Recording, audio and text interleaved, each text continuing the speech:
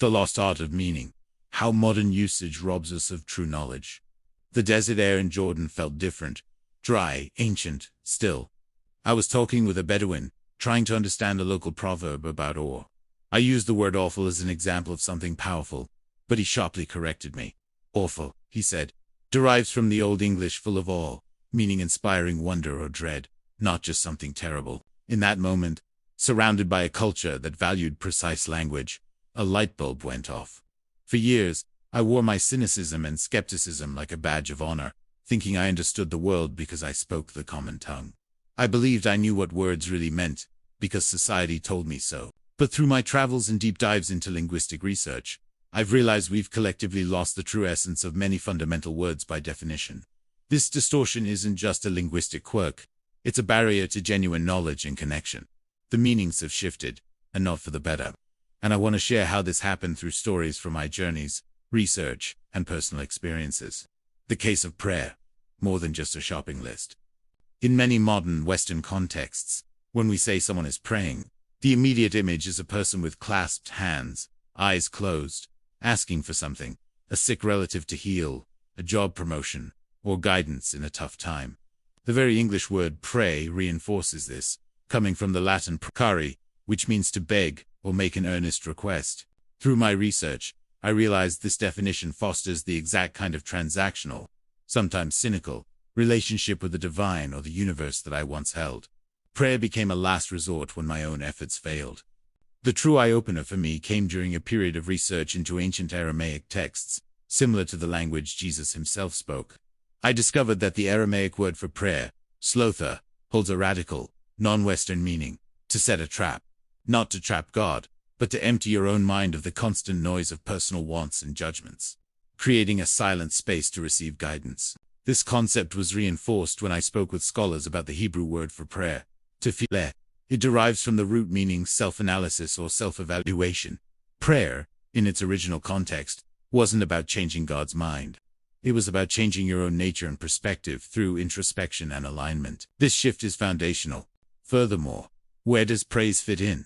The Hebrew name for the book of Psalms is Tehillim, which means praises.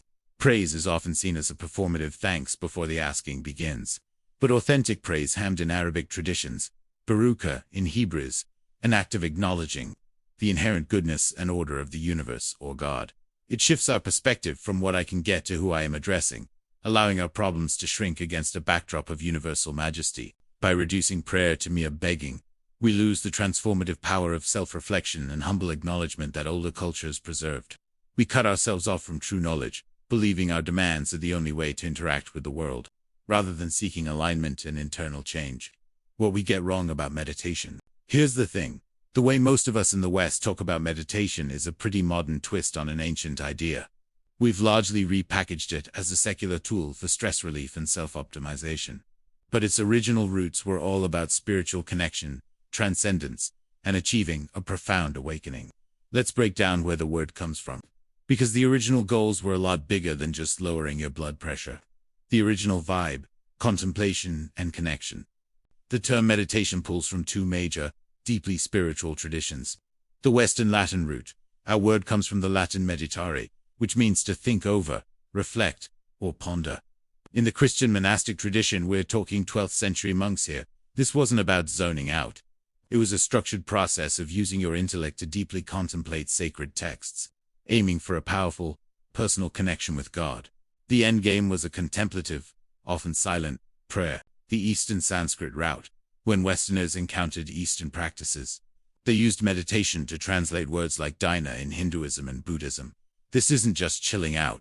Dhyana is a state of profound, uninterrupted mental concentration.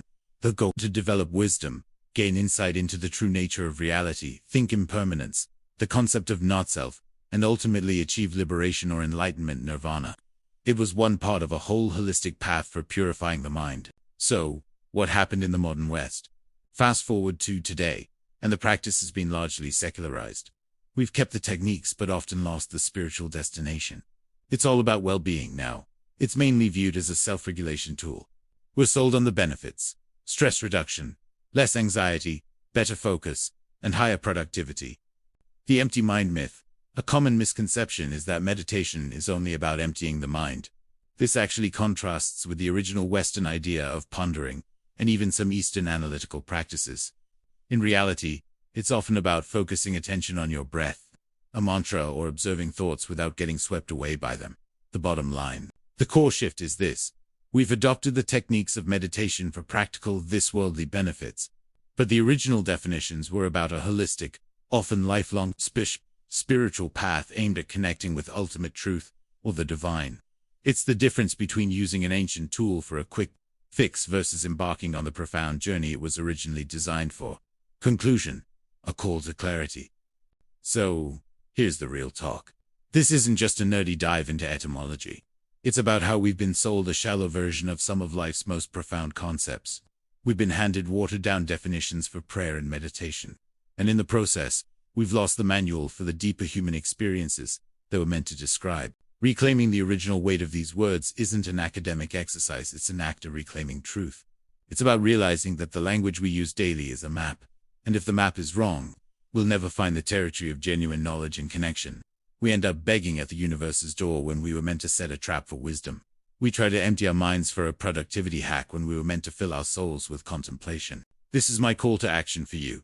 Start questioning the words you use every day. The next time you say you're awestruck, feel the old English awe, the wonder, and the dread. When you talk about truth, dig for a second.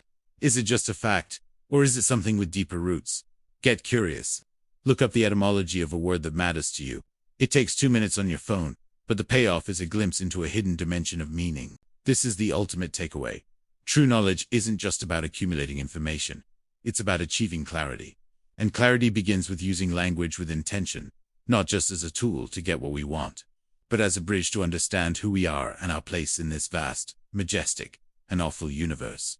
When we sharpen our words, we sharpen our minds. And a sharper mind is the first step toward a more connected, meaningful, and truthful life. Thanks for tuning in. Stay tuned, subscribe and like for more bits of insights. Together we can move past the constraints of our modern world.